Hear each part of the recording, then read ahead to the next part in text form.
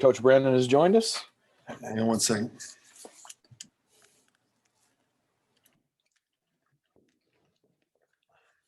All right. You're really proud of our guys' defensive performance from the jump. The first half, I thought we were everywhere defensively.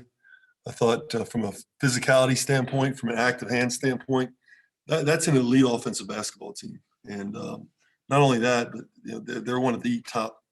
I'm not going to call them mid-major because they got high major length. I mean, they're going to go down as one of the tougher teams on our schedule. They're really good. Beat Villanova 2 years ago at their place, and had Auburn beat last year. They're going to win a lot of games. And, so to guard them the way we did in the first half, I was really proud of our guys. Weren't able to sustain the second half, I think, in large part due to the fact that they just called so many fouls. I thought our guys were in position. I just thought it was a lot of fouls called. And that kept them in a little bit. They baked 2 threes in. But overall, I was really proud of our guys' performance defensively. It needed to happen. I know we gave up 73 points. That's still too many. But at the same time, to play against such an explosive offensive team and to provide the grit that our guys did on a consistent basis tonight, outside of some holes there and letting me go to the free throw line, I was really excited about. Coach, can you talk about the decision to move Tari into the starting lineup and what you were looking for him to bring tonight? Yeah.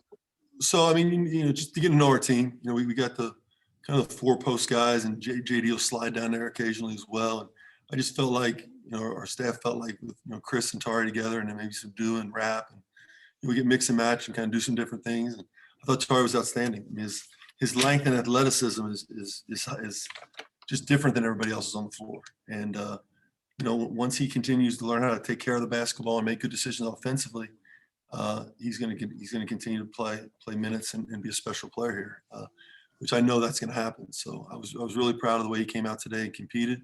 He gave us a tremendous lift offensively or defensively, and I thought Rap being a veteran he is, and he still played a lot of minutes and really shared the ball well, and certainly solidifies and gives us a little bit more calmness about us offensively, particularly.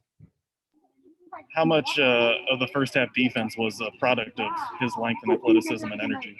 Well, I think it was everybody's, Justin. I really do. I think he was certainly a huge part of that in terms of denying the high post and making tough catches. But I think we were feeding off each other, and that's what good defensive teams do. They feed off each other's energy. I told our guys, I'd be disappointed if we didn't get it done the second half the same way, and we didn't. We didn't in our man anyway. So we've got to be better for longer stretches of time defensively.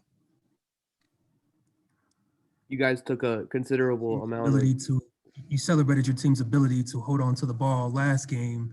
That didn't happen tonight. Was that just Furman playing good D? No, we coughed it up a little bit. Both. I mean, Furman's, that's why they're so good, is they play really, Bob's done a great job, man. They play hard as can be. And we coughed it up too much tonight. I thought, Keith, in some of the instances, we were just in a situation where we could have just throw the ball back out and reset our offense. Part of it was my play calling. We don't know any of our quick hitters right now. That's obvious out of timeouts. We look like we have no idea what we're doing right now out of timeouts, which will change as time goes on. But so we got to play more in our flow. So it's 16 turnovers is too many for us. You guys took a considerably less amount of threes tonight. Was that a part of the game plan? Is shooting just simply not a great strength of this team? Well, I think it can be. I think 2 of our better shooters aren't playing right now. One's hurt, and Gabe just hadn't gotten the minutes yet. But we just got to have guys take the next step in shooting in terms of getting in the gym and putting the work in. Mike has put the work in. He had a huge 3. So I also think our guys understood, as well as our coaching staff, that they were calling fouls every time the ball was driven. So to stand outside a 3-point line when it's being officiated the way it is probably isn't the smartest thing to do. Keith Williams was waiting for that first big game this year. How hard is it? Can you describe how hard it is to go from kind of the performances he had early on to what he did tonight, having one of the best games of his career? Well, I think what Keith did tonight is he defended. He defended his tail off for most of the game. And, I joke with Keith because this is what we do, but I'm like, I'll find something wrong, but I thought you were outstanding tonight. And besides the 6 for 12 from the free throw line, Keith was locked in as I've seen him, and he needs to understand he needs to do that every game. So I was really proud of his performance all around tonight. What's happening on the line with him? He can shoot free throws. Is that in his head? Yeah, he'll be fine. You know, Okay. he's a big time free throw shooter. So he was one of the tops in the league last year. He'll be fine. He obviously carried the offense tonight. Was that the game plan coming in, or just kind of the way the game unfolded? Well, I think in our base offense, the way we flow a little bit, you know, as I told him, he gets a lot of touches, and when you get a lot of touches in different areas of the court, different spots the guys running at you, you can take advantage of them. So, you know, he's never been shy to shoot now. So I mean, he was second on our team in field goal attempts last year, but it would be wrong for me not to make sure that he doesn't get the ball where he needs to get it, because he's a proven scorer. There's no question about it. We needed all 27 of them tonight. I was shocked to see that 27, nobody else in double digits. That's extremely rare for our team to score 78 points and have that happen. Speaking of guys who aren't afraid to shoot it, we know that about JD from last year. He just seems to be hitting and shooting those threes with more confidence. Did you see that in preseason? Were you expecting that? Well, I think what JD's doing now is there's a maturation process happening. And what I mean by that is, you know, before when he came into the game, you'd get a great turnover, a great loose ball, and then you'd give it back with 2 more turnovers or a charge. And now you're seeing a guy who's giving you that loose ball and that great energy, and now he's not turning the ball over. So now you're getting double the dividends. And I think he's understanding that more and more, what keeps him on the floor. And I was really proud of the way he played today as well, because you know, I took him out when we went to the zone 13 because we needed to make an adjustment, and he was playing the 4 spot, and Keith had it rolling, so I couldn't take him out, and he handled it great. He was like, "Yeah, coach, this is what we needed to do," and I think he took another step tonight, maturity-wise. 6 rebounds and 1 block for Vogt over 2 games. Is that enough productivity for you out of your 7'1" center?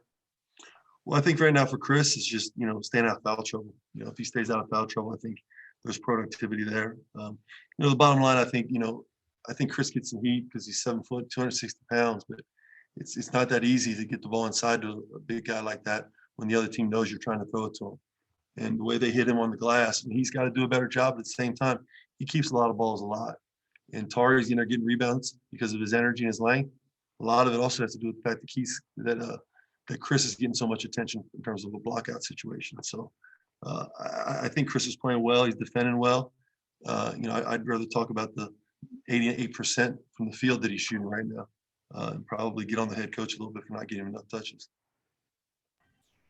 Are you happy with where the team's at heading into the Tennessee game? It's one of the toughest teams in the country. Yeah, I watched the film. I'm not, you know, that was a really good team today, and there was no blowing a team like that out. I mean, to get a 5-point win against them is big time. So I'm proud of the way we've played, proud of the way we finished the Micah free throws, and how we finished the game. But we put together a heck of a schedule. I mean, you got Furman, then you got Tennessee. So you go Xavier, Furman, Tennessee, and then you play a non-conference game. So, a conference game, and then you go to Georgia. So it's a really difficult schedule that we got to be prepared for. You mentioned a little bit about how big your defense has been today. Can you talk a little bit more about your perimeter defense, holding them to 25% from 3 on 20 attempts? It needed to happen. You know, we've been in 2 straight games, letting teams shoot almost over 50%. Xavier shot 51% both halves. You know, obviously we're defensive rebounding at a high rate. My staff told me they didn't get a defensive rebound. We went another whole half without getting up an offensive rebound. So I think our perimeter defense has been really good. It's anchored by the likes of David and Micah and certainly Keith when he's locked in the way he was today. And then we're learning the rotation of our bigs to be able to help. I thought 13 was really big time. I thought, you know, they may have hit some shots in it, but I thought it really changed the momentum of their run. And that in large part due to what Dew brings in that defense. I know it's early and you're still figuring things out. Those stretches where, you know, you play really good in the first half, you have some bad stretches in the second half. Have you figured out why those are happening yet, or what's causing those, or is that still part of the process? Well, I think, you know, some subs. I mean, you know, we sub in. I think we right now we've gotten a drop off when we've gone to our bench. And we got to get more out of our bench, and you know, it's part of why I've made some changes in the starting lineup. The other piece is I think that, you know, we got guys who are reacting to something new, right? David DeJulius had his first turnover of his Cincinnati career in his 3rd game. You know, he kind of got whacked out a little bit over it, right? So, I mean, there's just the mental piece that takes place that's so important. And then the other thing, and I said this, guys, on my post-game radio show, this is a different environment. I mean, it's sterile in here. I mean, this is not a home game. Okay, it's a home game because we get to drive to our house after the game's over. Okay, it's not a home game. So the fans, you don't realize when you're watching on TV, because I didn't realize it when I was watching the other sports. Our young men, this is a different deal for them. And Keith and Chris and I were talking about how they didn't have 13,000 people at the end of the Xavier game to kind of lift them up like we did at the end of every game last year. Houston, Memphis, Wichita, all those wins. So it's a challenge for our guys. And I know the other teams won't do the same thing. But the bottom line is, I think that's undervalued and underestimated nationally, in particular because the NBA, they were in the playoffs when they did it, right?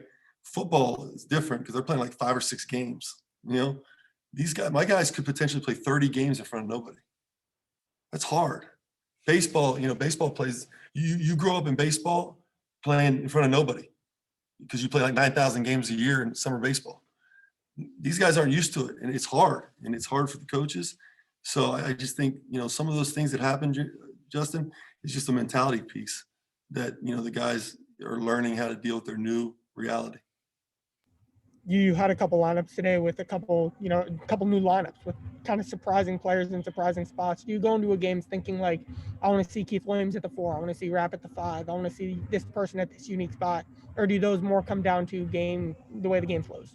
Typically the way the game flows, maybe foul trouble, a lot of foul trouble tonight. But I will go in sometimes and look at it, knowing our opponent, saying, okay, Jeremiah may have to play more at the 4, but usually when you have to do that and you don't plan for it, it doesn't go over very well. And I probably do it more than I should. Assistants get mad sometimes that I do it, but sometimes I just like to see how the guys react as well. Anything else for Coach? All right, thank you. Thanks, Coach.